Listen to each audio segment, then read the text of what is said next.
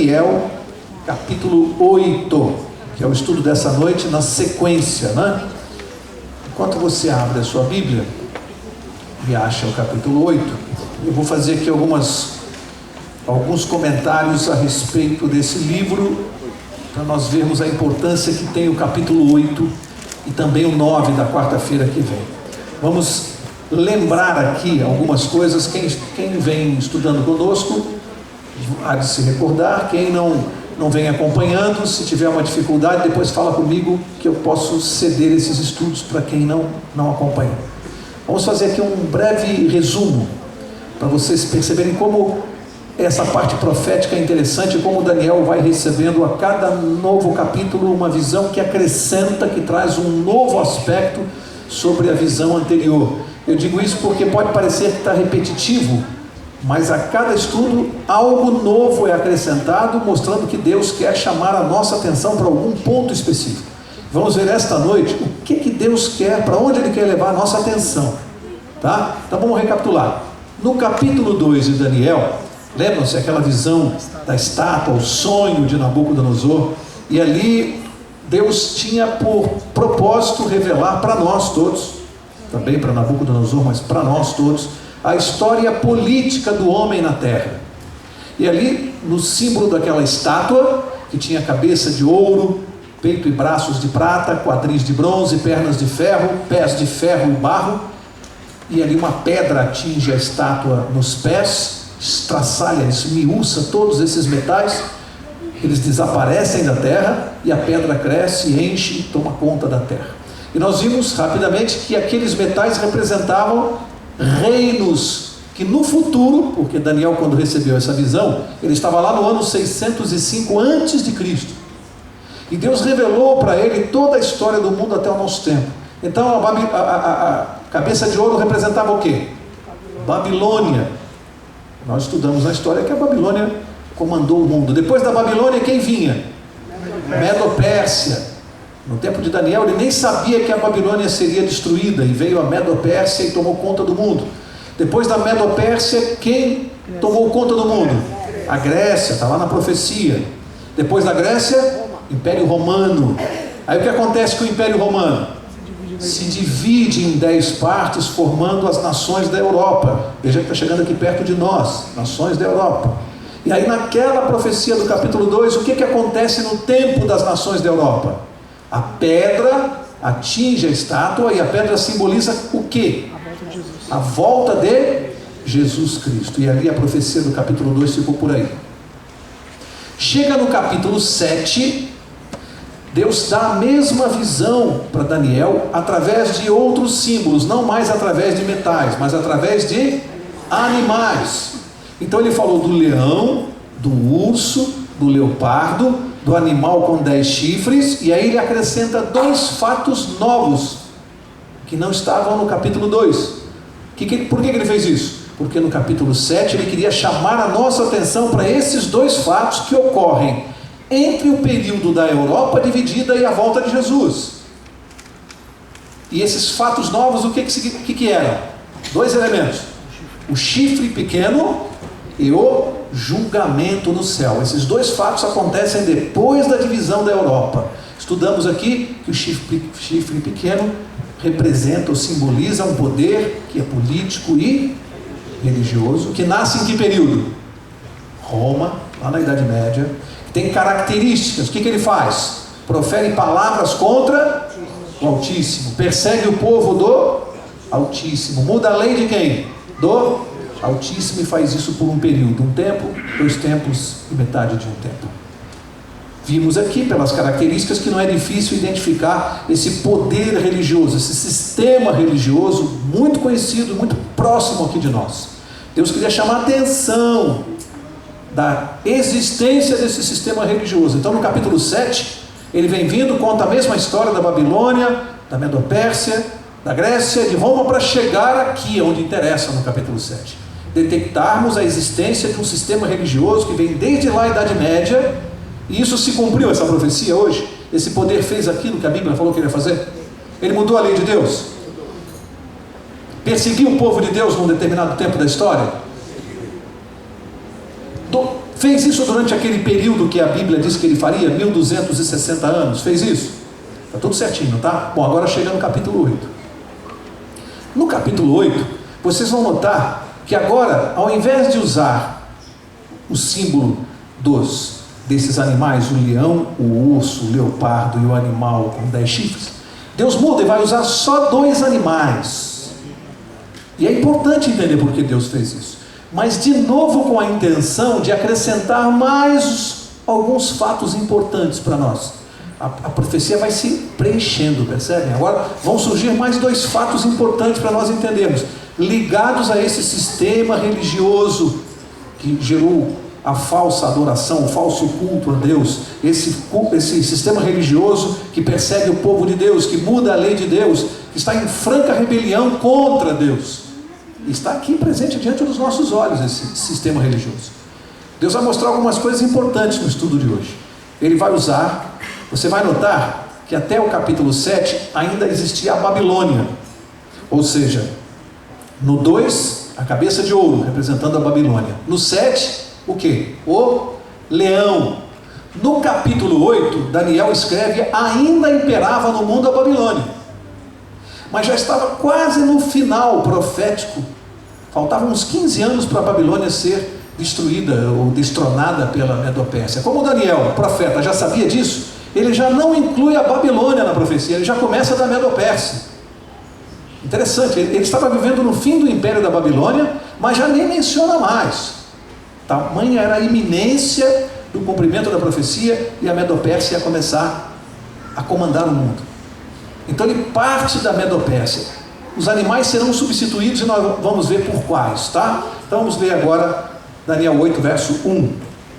E diz assim: no ano terceiro do reinado do rei Belsazzar, eu, Daniel, tive uma visão depois daquela que eu tivera a princípio. Terceiro ano do rei Belsazzar. Olha, esta visão do capítulo 8 decorreu aproximadamente 2 anos depois da visão do capítulo 7. Ele teve a visão do capítulo 7, 2 anos depois ele tem essa do capítulo 8. E a Babilônia tinha muito pouco tempo de vida aqui, estava no finzinho do império. O mundo não sabia disso, mas Deus sabia e Daniel também. O mundo ainda não. Como é que poderia prever que daqui a 15 anos esse império mundial seria destruído? Olha que coisa impressionante. Verso 2. Quando a visão me veio, pareceu-me estar na cidadela de Suzã, que é província de Elão, e vi que estava junto ao rio Ulai. E aqui ele não diz que estava lá na cidade de Suzã, ele diz que parecia estar. Então aqui não informa se ele estava presente mesmo ou se ele foi transportado para lá em visão. Não tem essa informação aqui, mas parece que ele foi transportado em visão para a cidade de Suzã. De lá é que começaria o movimento daqueles que destruíram a Babilônia. Interessante isso, começaria lá esse movimento. Verso 3. Então levantei os olhos e vi. Veja, então agora ele começa a ter a visão do capítulo 8. Eu levantei os olhos e vi, e eis que diante do rio estava o quê? Um carneiro. Guarda aí, ó. Eu disse que Deus usaria animais diferentes aqui. Estava um carneiro, o qual tinha 2 chifres, e os 2 chifres eram altos, mas um mais alto do que o outro, e o mais alto subiu por último. Para aqui, bom, já sabemos, e vai ficar ainda mais claro no estudo de hoje. Se alguém ainda tinha dúvida quanto à sequência dos impérios, no estudo de hoje isso aqui vai ficar completamente esclarecido. O carneiro representa aqui a Medo-Pérsia, já não está mais falando da Babilônia, e diz que tinha 2 chifres, Medo e Pérsia. Diz que um era mais alto. Por quê? Porque a Pérsia acabou prevalecendo sobre a Média.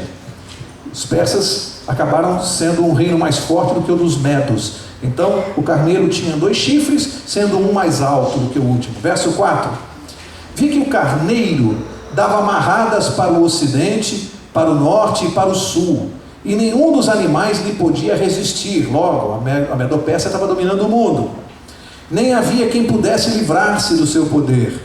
Ele, porém, fazia segundo a sua vontade, e assim se engrandecia. Aqui de novo a visão do crescimento da Medo-Pérsia, profética, né? Verso 5.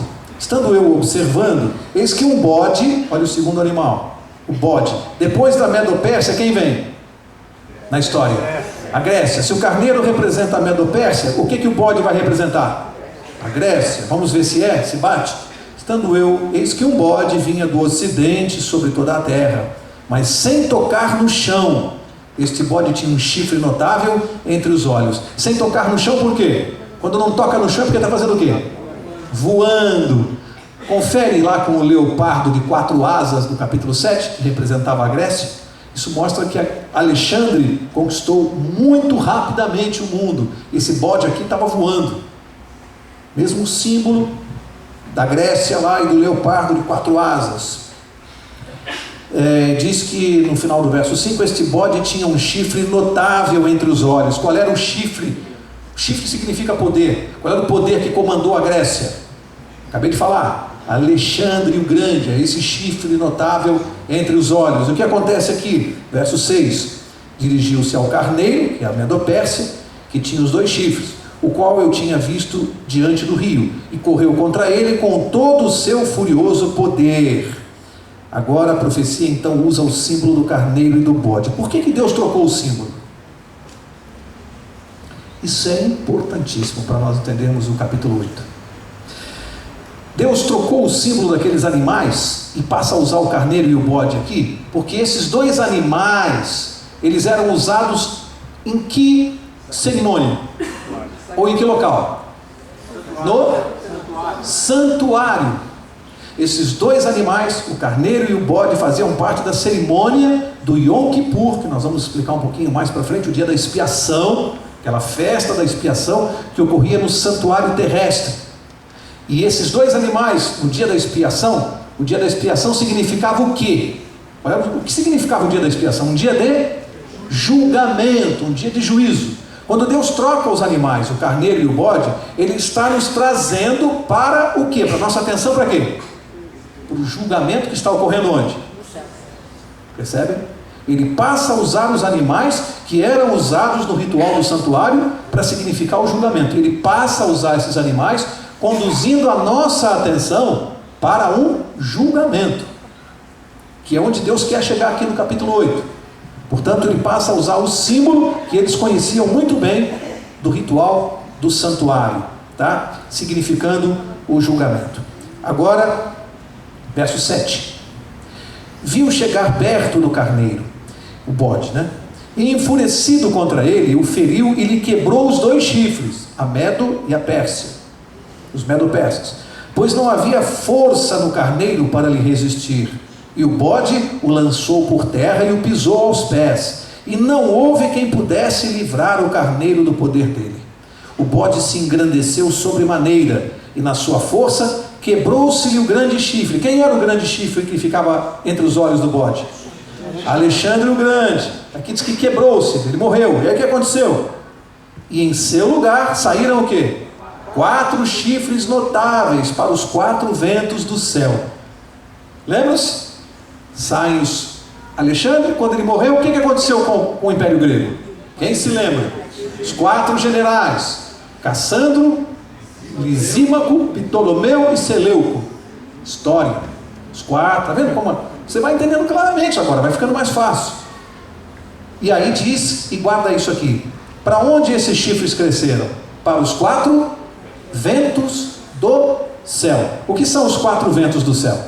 Os 4 pontos cardeais, norte, sul, leste e oeste. Se são os 4 ventos, é para o mundo inteiro. Ok? É bom guardar isso, porque agora nós vamos precisar dessa informação no verso 9, porque nós temos um probleminha aqui no verso 9, e o verso 9 começa assim, ó, talvez na sua tradução esteja desse jeito: de um dos chifres saiu um chifre pequeno. Aqui tem um problema. Essa é a tradução, a maioria das traduções na língua portuguesa. Mas eu fui estudar, porque essas coisas eu não sei, né? Isso aqui é teologia, eu fui ler e fui estudar. E sabe o que eu descobri? Eu descobri que no hebraico, a língua que Daniel escreveu esse texto aqui, no hebraico não existe a palavra chifre, de um dos chifres. Aqui, no início do verso 9, começa de um dos chifres, não é assim que está na sua Bíblia? No hebraico não começa assim, no hebraico começa de um deles. de um deles, essa é a tradução no hebraico, saiu um chifre pequeno. Por que de um deles? Porque esse chifre pequeno sai de um dos 4 ventos do céu, de um dos 4 pontos. O chifre pequeno nasce de um dos lados da terra, nasceu do oeste, e não de um dos chifres da Grécia. Deu para entender? Isso é um problema de tradução aqui, tá? Mas isso fica muito claro quando você lê no original. No original não há a menor dúvida, não há o menor problema. Ele nasce de um dos 4 cantos da terra, um chifre pequeno. Então vou ler de novo. Fica assim: de um deles, ou seja, de um dos 4 pontos da terra, saiu um chifre pequeno, e se tornou muito forte para o sul, para o oriente e para a terra gloriosa. Olha, verso 10. Nós já sabemos que esse chifre pequeno, pelo capítulo 7, o que representa? O sistema religioso, poder representado pela Roma. Nós tínhamos 2 Romas naquele tempo, né? Uma Roma pagã, a do paganismo, e depois surge a Roma papal, esse sistema religioso. Esse chifre pequeno representa a Roma eclesiástica, tá? Ele nasce de um dos 4 pontos da terra. Verso 10. O que esse poder representado pelo chifre pequeno, a Roma eclesiástica, o que ele vai fazer? Verso 10. Cresceu até atingir o exército dos céus. A alguns do exército e das estrelas lançou por terra e as pisou. Bate na profecia? Não diz que esse poder perseguiria o povo de Deus, destruiria o povo de Deus? Aqui continua dizendo: cresceu, chegou até o exército dos céus. No simbolismo bíblico, o que o exército dos céus representa? O povo de Deus, exército do céu, tá? Cresceu, pisou, ou seja, perseguiu o povo de Deus, esse poder, que nós sabemos que ele é religioso. Verso 11. Sim, engrandeceu-se até o príncipe do exército. Preste atenção agora, porque agora é a parte fundamental. Se você não compreender isso aqui, você não vai compreender o capítulo 8. Então aqui nós vamos ter que ter calma, como diz o outro lá, muita calma nessa hora. Agora que nós vamos ter que esmiuçar isso aqui para entender bem o que é isso aqui, porque tem bastante gente que tem dificuldade de entender essas expressões que são um pouco mais complexas. Então olha só, esse poder engrandeceu-se até o príncipe do exército. Quem é o príncipe do exército do céu? Jesus Cristo. Esse poder religioso aqui na terra se engrandece, chega até o céu, porque o problema dele é religioso, não é político. E ele se engrandece até o príncipe do céu.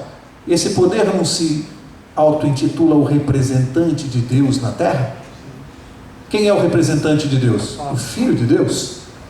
Quando diz que se faz passar pelo representante de Deus na terra, esse poder realmente se engrandece até o céu, que é chegar até o lugar de Cristo, de ser seu representante.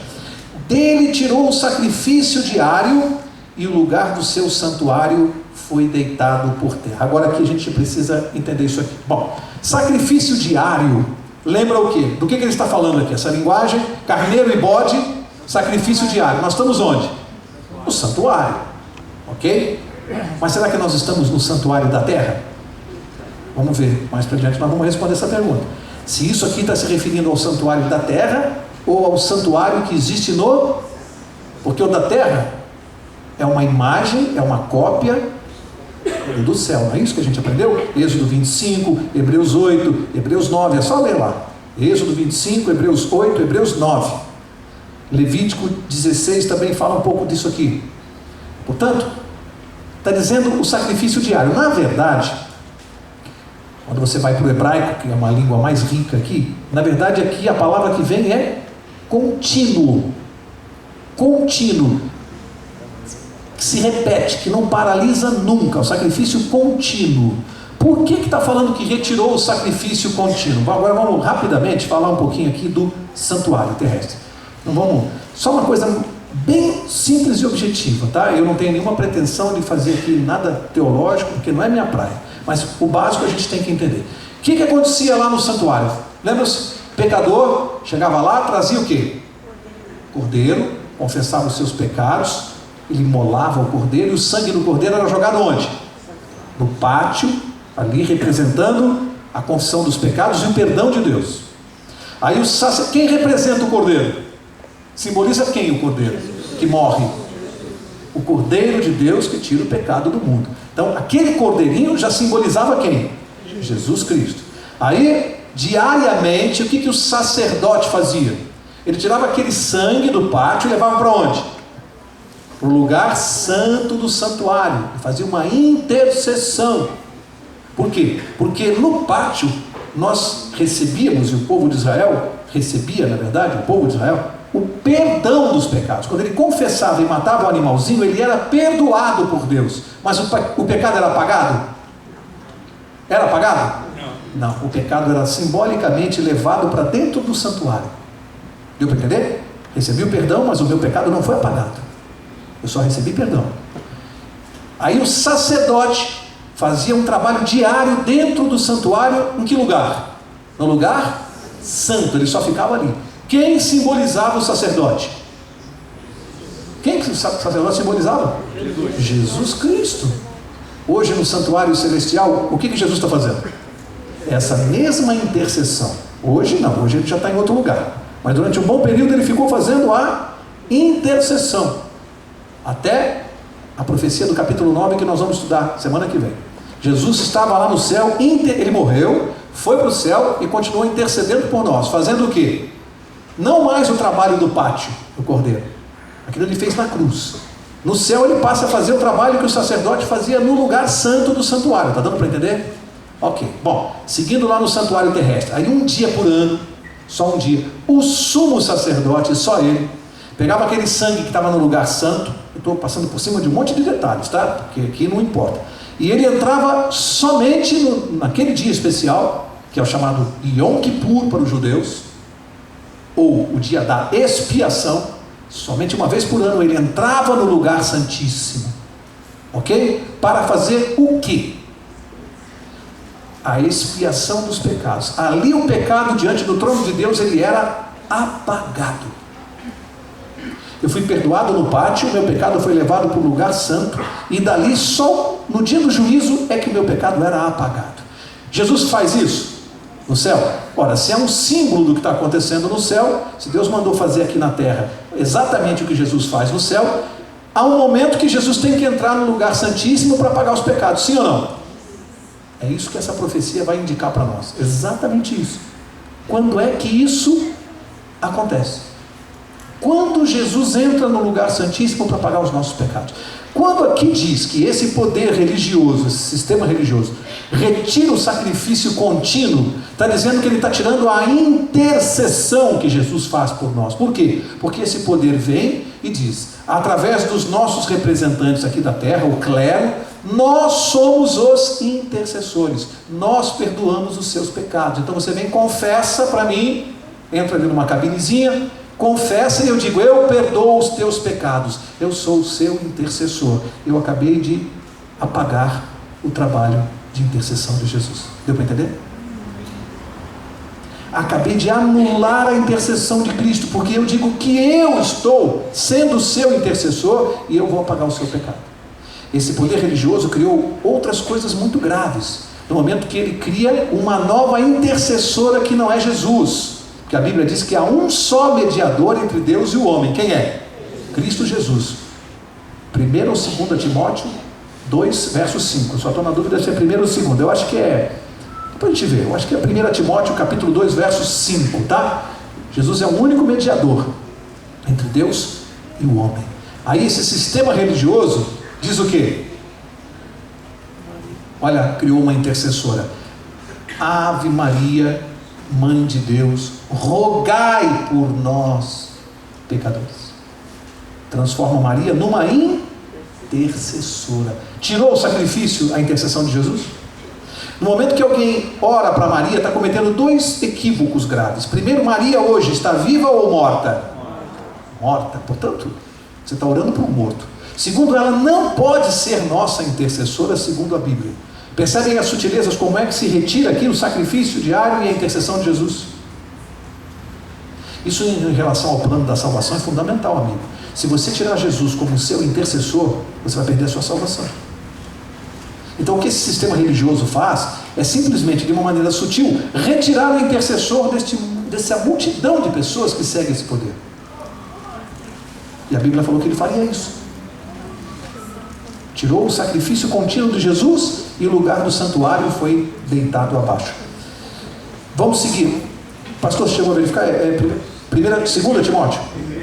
1 Timóteo 2,5, é isso mesmo, tá? Esse é um verso fundamental. 1 Timóteo 2,5.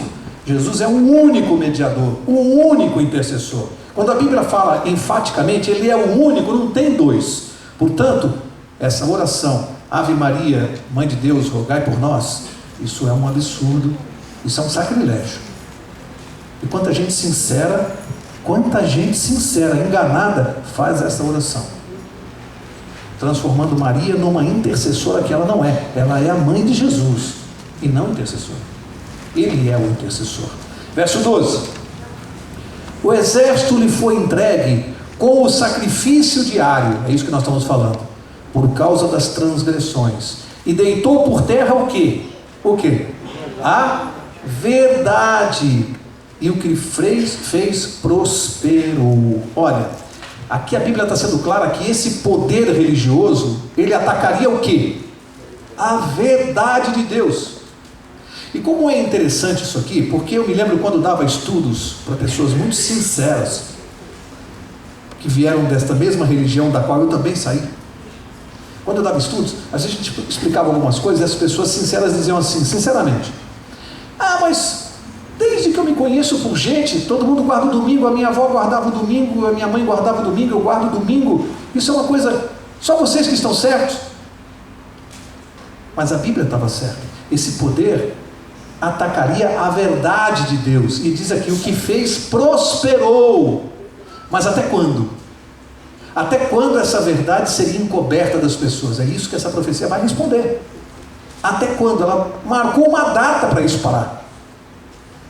Durante séculos, mais de 1260 anos, isso foi estabelecido como verdade, porque a Bíblia diz que esse poder alteraria a verdade de Deus, e o que ele fez? Prosperou. Se não tivesse sido assim, a Bíblia teria errado. A Bíblia acertou. A Bíblia acertou não é porque ela chuta. Deus não adivinha, Deus revela. Portanto, tudo isso aqui é profético. Esse poder faria isso e fez. Atingiu a verdade de Deus. Criou uma série de ritos e cerimônias e dogmas que são falsos e que atingem o príncipe dos príncipes. Atinge a verdade de Cristo. E isso, lamentavelmente, é feito por uma religião.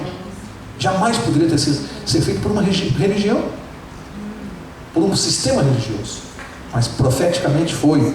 E diz aqui, verso 13: depois ouvi um santo que falava, e disse outro santo àquele que falava. Aqui conversa de dois anjos, né? Um santo falava e o outro ouvia. O que aconteceu? Um santo perguntou, um anjo perguntou, e o outro anjo respondeu. E a resposta desse anjo para quem que é? Para quem que é a resposta? Um anjo pergunta e o outro responde. Para quem é? Faz assim com o dedo, ó. Para você e para mim. Eles vão responder para nós. E essa pergunta aqui, que um anjo fez para o outro, é a pergunta fundamental, que é o centro do estudo dessa noite. A pergunta é essa aqui, ó. Depois ouvi um santo que falava, eu estou no verso 13, tá? Depois ouvi um santo que falava, e disse outro santo àquele que falava. A pergunta: até quando durará a visão do sacrifício diário e da transgressão assoladora, visão na qual é entregue o santuário e o exército a fim de serem pisados? Olha a pergunta: até quando vai durar isto? Até quando esse sistema religioso na terra, que se impôs pela força, até quando esse sistema religioso que impõe dogmas para as pessoas, obriga o mundo a acreditar nele, que se diz representante de Deus na terra, um poder que vai ser adorado, segundo Apocalipse 13, ninguém se atreve a ir contra esse poder. Até quando ele vai enganar as pessoas e vai destruir a verdade de Deus? Essa é a pergunta. Até quando? Vai ser para sempre? As pessoas vão ser enganadas? Quando é que Daniel está recebendo essa visão aqui? Ano 550, mais ou menos, antes de Cristo. Ele está fazendo essa pergunta. Esse poder já estava ali presente. Até quando?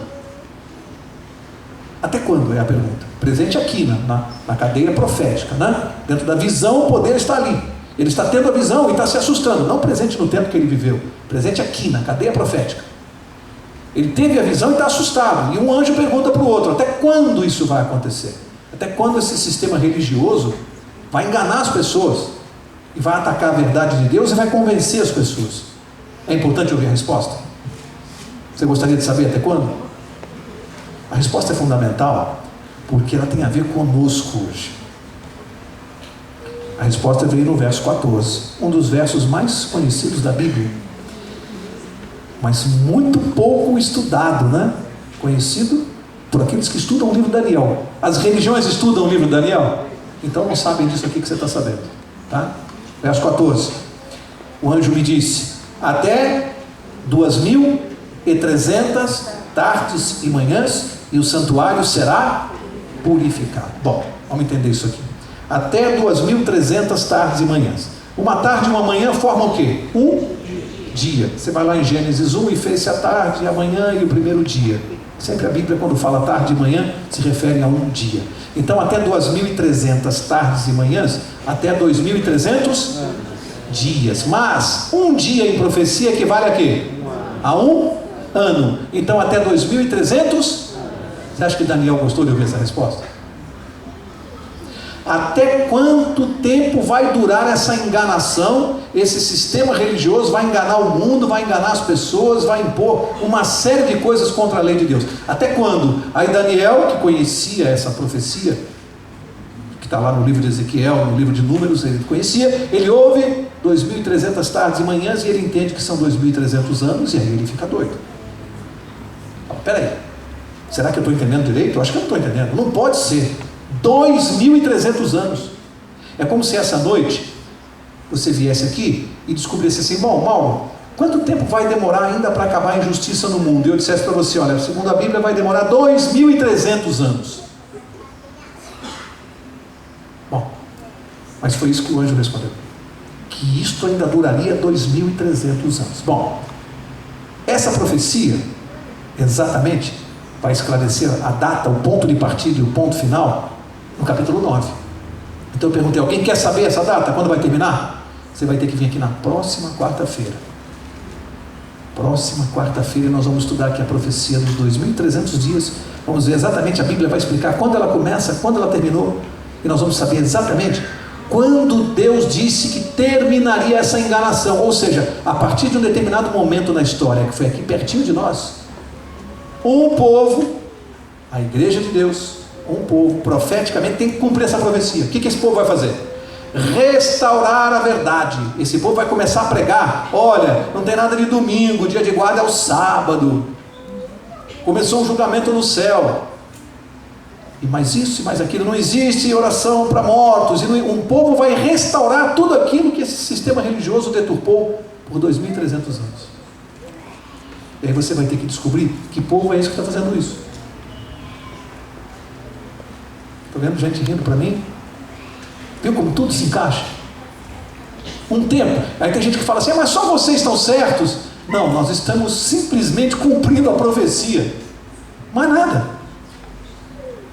Tinha que ser assim, amigo, não podia ser diferente. Um povo, segundo a profecia, ia restaurar a verdade. Deus disse que ia assim. E aí desse povo, se não cumprir a sua missão. Vamos andar. Verso 14. Bom, aí diz que o que aconteceria após os 2.300 anos? O santuário seria purificado. E aí rapidamente nós temos que voltar lá para a questão do que nós estudamos aqui. O que era a purificação do santuário? Já falei aqui, né?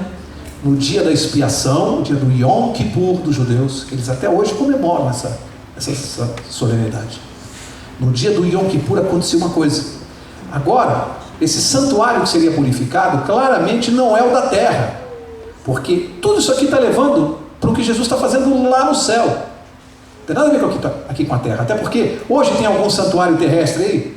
Você conhece alguém que levanta uma tenda e mata cordeiro? Tem isso aqui? Portanto, não pode estar se referindo a um santuário terrestre. O santuário terrestre acabou ali, depois da morte de Jesus. Está se referindo ao santuário, ao ministério de Jesus lá no céu. Ok. Aqui está dizendo que o santuário seria purificado. A purificação do santuário é exatamente a passagem do lugar santo para o santíssimo, é a intercessão de Jesus. O que ele faz?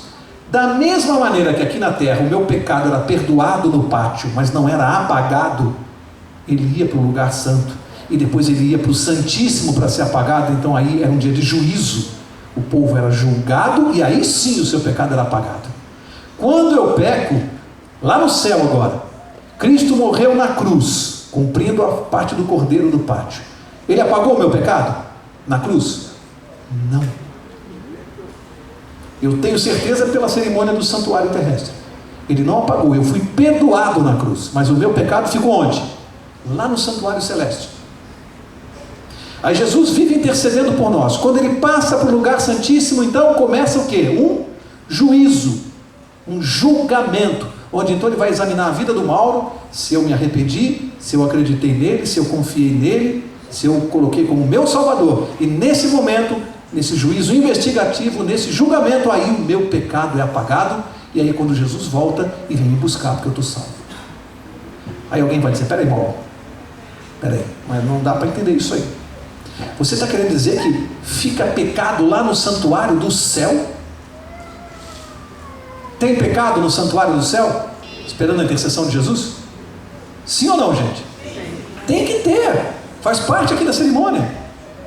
Esses pecados serão apagados, estão sendo apagados nesse momento. Ainda não posso antecipar a data do estudo da semana que vem, mas você vai ver na semana que vem quando começou esse juízo lá no céu. Esses pecados estão sendo apagados agora, e a Bíblia é clara nesse sentido, é muito clara. Portanto, tudo aquilo que acontecia aqui no santuário terrestre é uma réplica do que está acontecendo no céu.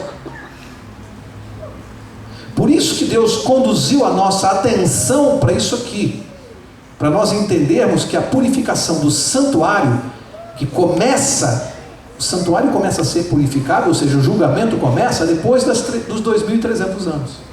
Então, para nós sabermos quando é que começou o julgamento no céu, nós temos que estudar a profecia da semana que vem e saber quando terminaram os 2.300 anos. Você vai saber a data que começou o julgamento no céu e a data que um povo começou a restaurar a verdade, que a verdade seria pisada até essa data.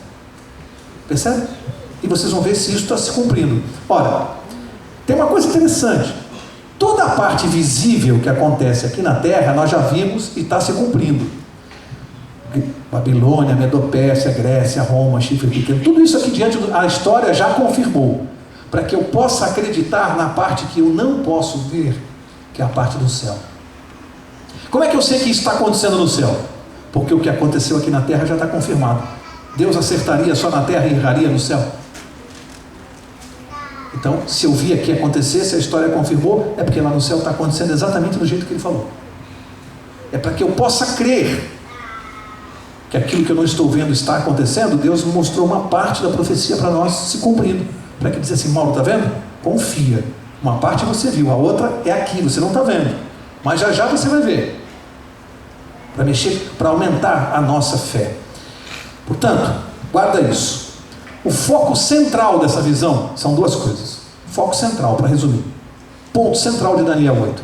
Deus quer mostrar aqui, na terra, vai haver um momento que a verdade vai ser restaurada, uma data para restauração. E nós vamos estudar na próxima quarta. E no céu vai começar, ou começou, um juízo investigativo que culmina com a volta de Jesus. Isso que essa profecia quer dizer. Duas datas, quando a verdade será restaurada e quando começou o julgamento no céu. É o centro dessa profecia. E é o capítulo 9 que vai trazer as datas para nós. O 8 informa, o 9 traz as datas. Por isso, se você perder a semana que vem, você ficou com um estudo manco, né? Uma perna só. Precisa pegar o capítulo 9 para fechar esse assunto aqui. Vamos voar para terminar. Verso 15. Havendo eu, Daniel, tido a visão, procurei entendê-la. E eis que se apresentou diante de mim um com aparência de homem. E ouvi uma voz de homem entre as margens do Ulai, a qual gritou e disse, Gabriel, dá a entender a este a visão. Quem é que é esse que apareceu com aparência de homem? Gabriel quem é? Sempre aparece para Daniel anjo. Olha como Deus é misericordioso, né? Daniel estava entendendo isso aqui tudo? Não estava entendendo nada, coitado. 2.300 anos, Senhor. Como é que pode? O que é isso aí? Ele estava torcendo para terminar o cativeiro de Israel, que era de 70 anos, e ele já estava 55 anos no cativeiro. Ele estava contando os 15 que faltavam, que a profecia de Jeremias dizia que eles ficariam presos 70 anos. Já tinham se passado 55. Ele estava contando os 15 anos para acabar o cativeiro. Aí Deus fala em 2.300 anos. Ele falou: Senhor, percebe? Aí Deus, para acalmá-lo, chamou Gabriel, falou: Gabriel, vai lá e explica a visão para ele.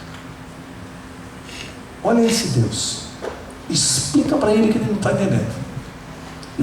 E Gabriel vai explicar no capítulo 9, por isso que você não pode perder.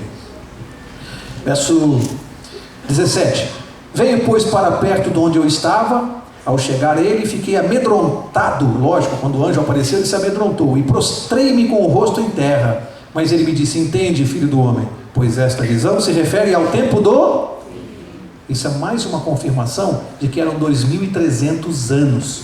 Porque se fossem 2.300 dias literais, não era para o fim do tempo. Ele estava no ano 500 e pouco antes de Cristo. Quando falou, é para o fim dos tempos, aí confirma, são 2.300 anos mesmo, para o fim do tempo. Verso 18: falava ele comigo quando caí sem sentidos. Ele desmaiou, rosto em terra. Ele, porém, me tocou e me pôs em pé no lugar onde eu me achava. E disse: eis que te farei saber o que há de acontecer, de novo aqui, no último tempo da ira, porque esta visão se refere ao tempo determinado do fim, confirmando. Incrível que tem gente aí, tem alguns estudiosos aí meio estranhos, que insistem que são dias literais. É impressionante. Eu acho que para no verso 14, não segue na leitura. É para o tempo do fim. Está insistindo aqui. Verso 20, presta atenção aqui, aquele carneiro com 2 chifres que viste são os reis da Média e da Pérsia, mas o bode peludo é o rei da Grécia. O chifre grande entre os olhos é o primeiro rei. Para aqui, amigo. Quando Daniel escreveu isso aqui no ano 550, mais ou menos antes de Cristo, ele estava no Império da Babilônia. Aí ele escreveu isso aqui e falou que o carneiro era o rei da Medo-Pérsia e o bode era o rei da Grécia, com séculos de antecedência. Nós aqui estamos interpretando a Bíblia? No capítulo 8 já não mais. Agora ele deu nome aos bois, ou aos bodes. Percebe? Isso aqui é impressionante. Você mostra para uma pessoa que não crê na palavra de Deus, não crê na Bíblia, ele vai ter que explicar isso aqui. Ele vai ter que explicar como é que um homem com séculos de antecedência diz que depois da Babilônia viria a Medo-Pérsia e viria a Grécia. Está aqui na Bíblia. Tem que explicar isso aqui. É impressionante isso. Eu era cético. Quando eu comecei a estudar a Bíblia 13 anos atrás e me mostraram isso aqui, não tem jeito, amigo. Você pode ser o que você for, pode ter diplomas universitários, não tem jeito, você tem que dobrar o seu joelho. Esse livro é a palavra de Deus. E não tem o quê? Não tem que discutir. Tem que ler, reverenciar e seguir. Porque Deus não está brincando. Verso 22. O ter sido quebrado, levantando-o 4 em lugar dele, significa que 4 reinos se levantarão deste povo, né? Está falando da Grécia, mas não com força igual. Está falando dos 4 generais que se levantariam da Grécia, né? Verso 23. Mas no fim do seu reinado, quando os prevaricadores acabarem, levantar-se-á um rei de feroz catadura e especialista em intrigas. Depois da Grécia, quem que veio? Roma. E dentro de Roma veio o chifre pequeno, a Roma papal. Portanto, aqui já entrou, está falando já de Roma papal aqui. Um rei de feroz catadura, especialista em intrigas. Olha só. Grande é o seu poder. Ele tem um grande poder na terra? Essa pessoa que você conhece aí tem muito poder na terra? Dia 16 agora vai visitar o presidente dos Estados Unidos. 16 de abril. Pode acompanhar no Jornal Nacional. Vai ser recebido pelo presidente dos Estados Unidos. E tem uma outra profecia lá em Apocalipse 13 que fala disso. Ele vai visitar o presidente dos Estados Unidos. Tem que ficar atento. Verso 24, né? Grande é o seu poder, mas não por sua própria força. Causará estupendas destruições, prosperará e fará o que lhe aprouver. Destruirá os poderosos e o povo santo. Fez isso, esse sistema religioso? Fez tudo isso aqui. Verso 25, olha só como é que ele é tratado, esse poder aqui na Bíblia. Por sua astúcia nos seus empreendimentos, fará prosperar o quê? O engano. Vai fazer prosperar o engano, vai enganar milhões e milhões de pessoas através de séculos e séculos e séculos. Está tudo escrito aqui, exatamente como foi. Prosperará o engano, no seu coração se engrandecerá. Você quer engrandecimento maior do que dizer eu sou o representante de Deus na terra? Quer engrandecimento maior que isso aqui? Não existe. O que mais? Destruirá muitos que vivem despreocupadamente. Levantar-se-á contra o príncipe dos príncipes, contra Jesus, mas será quebrado sem esforço de mãos humanas. Lembra lá na estátua, quando a pedra atinge os pés da estátua, ela é lançada sem auxílio de mão. Aqui, esse poder é destruído de novo, fala sem esforço humano. É o homem que vai destruir esse poder? Não é não. Aqui está fazendo uma referência à volta de Jesus. Esse poder só será destruído quando Jesus voltar. É sem força humana. O homem não tem como lutar contra esse poder. Só Deus. Impressionante isso aqui. Só Deus. O homem não tem como destruir esse poder aqui na terra. Tal a força e o poder que ele tem. Olha, aqui tem uma denúncia grave, né, contra Roma eclesiástica. Diz que a essência da sua doutrina é o engano, a mentira. O centro da sua doutrina é o engano, é a mentira. E milhões estão seguindo. E a Bíblia está dizendo para quem quiser ler, é só ler e entender. Para acabar, verso 26. A visão da tarde e da manhã que foi dita é verdadeira. Tu, porém, preserva a visão, porque se refere a dias muito distantes. Mais uma vez, a Bíblia está insistindo, são 2.300 anos, é para o fim da terra. Guarda a visão, Daniel, é para um tempo muito distante de você.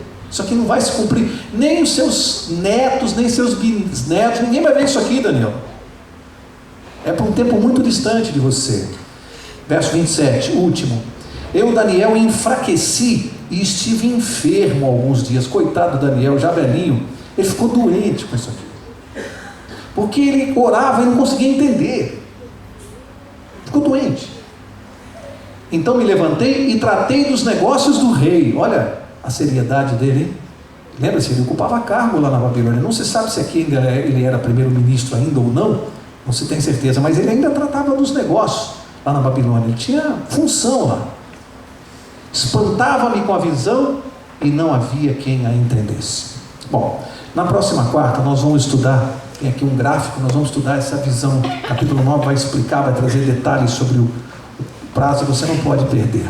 Mas o que eu queria dizer para nós encerrarmos hoje é o seguinte: ficou claro que nós estamos vivendo no tempo derradeiro da terra, nos últimos dias. Tudo isso que a Bíblia falou já aconteceu. Esse poder já fez de tudo, já aprontou de tudo. Mas os dias dele estão contados. Está havendo um julgamento no céu hoje, e nós estamos em julgamento. A decisão se nós seremos salvos ou não está ocorrendo hoje no céu. Só quem pode afetar isso somos nós mesmos. É a nossa fé em Jesus, é a nossa crença no nosso Salvador, é isso que vai apagar os nossos pecados lá no céu. Só Jesus pode nos salvar. Tudo o que ele precisava fazer, ele fez na cruz. Eu não posso fazer nada para me salvar, eu só tenho que segui-lo. Portanto, hoje, exatamente neste momento, qualquer pessoa que entrou aqui tem oportunidade de salvação. Ninguém está perdido. Até Jesus voltar, ninguém está perdido.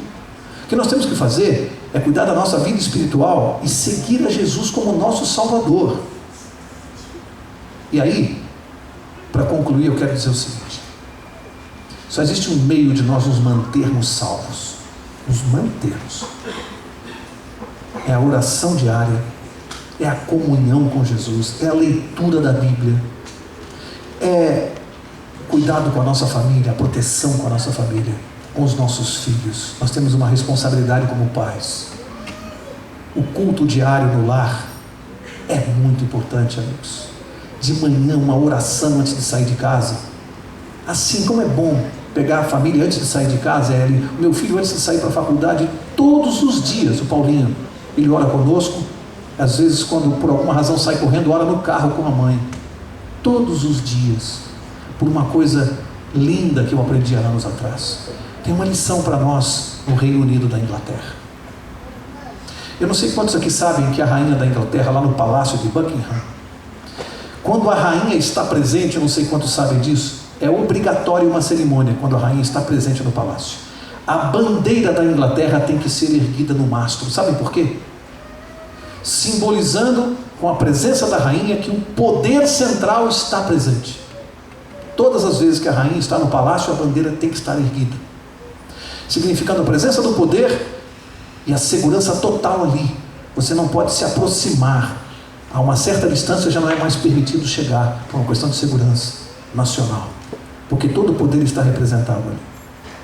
E aí, quando você vem e olha, imagine você olhar para uma casa hoje aqui em São Paulo, aqui no bairro do Brooklyn. Talvez se você fosse ali umas 7 horas da manhã, você ia ver essa imagem que eu vou descrever. A Bíblia diz que milhares e milhares e milhares e milhares de anjos maus foram expulsos do céu. A Bíblia diz que eles vieram para cá. Então você pode imaginar, na presença de uma casa qualquer, assim sentado no meio-fio, 7 horas da manhã, uma série de anjos maus, demônios, sentados. Tem um chefe ali em pé. Eles têm uma missão, porque Satanás, ele é muito mais organizado do que você imagina. A tentação, a destruição para a nossa vida já sai da fábrica de madrugada, porque ele é o primeiro a acordar. O seu nome e o seu endereço, ele sabe o número da tua casa, o seu CEP, tudo, o seu CPF. Quando ele acorda cedo com seus anjos, ele já tem um destino. É como se fossem carteiros esses anjos maus. Eles vão na direção, preparados com uma missão. E você vê eles sentados no meio-fio, e o chefe andando nervoso para lá e para cá. Daqui a pouco chega mais um meio apressadinho e fala: o que é? Deixa o chefe saber que vocês estão sentados aí. Vamos fazer o trabalho, gente. O que vocês estão esperando? Aí o chefe dali diz assim: vem cá, você é meio afoito, você é novato. Vou mostrar uma coisa para você que você não sabe. Vem cá, chega aqui. Está vendo em cima do telhado da casa? O que você está vendo? Aí ela fala assim: é mesmo, rapaz, estou vendo uma bandeira. Você está vendo aquela bandeira que só olhos espirituais podem ver? Só os olhos espirituais podem ver. Sabe o que significa aquilo? Quando a bandeira está hasteada, é porque o rei está presente. Aquela família levantou cedo, fez o culto, orou, invocou a presença e ele já está no palácio. Quando ele está no palácio, a bandeira sobe. E tem um exército ali que é de você se atrever a chegar perto. Você ainda é muito novato. Vamos esperar mais tempo. E ficam ali sentados no meio-fio. E daqui a pouco sai o primeiro carro para o trabalho do pai da família. E o anjo fica todo esperto, fica em pé achando que vai ter trabalho, mas o chefe diz assim: calma, rapaz, está vendo a bandeirinha no carro? É carro da embaixada deles. Os seguranças vão junto. Não se atrevam. Depois de 2 horas de espera, sai a criança para a escola, tudo cheio de bandeirinha. Eles dizem assim: hoje não vai dar, vamos voltar amanhã. Percebe quando a gente tem que orar de manhã antes de sair de casa, com a família? Como é bom você saber que você sai com uma bandeirinha e os anjos não se atrevem, porque o rei está presente.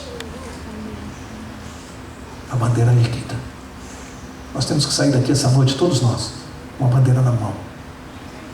Uma bandeira que só os olhos espirituais podem ver. Essa bandeira, todos os dias, de manhã, quando você acordar, não se esqueça disso. Pega o seu filho, a sua esposa, 5 minutos, uma oração antes de sair para o trabalho. Mas é importante porque sobe a bandeira no telhado da sua casa. E os anjos dizem: hoje não vai dar, vou voltar amanhã. E Deus te abençoe. Você não se esqueça de erguer todos os dias essa bandeira que nos protege. Eu vou pedir ao pastor para orar por nós agora, e ele vai, neste momento, fazer com que todos nós possamos sair deste lugar com a bandeirinha da embaixada na mão.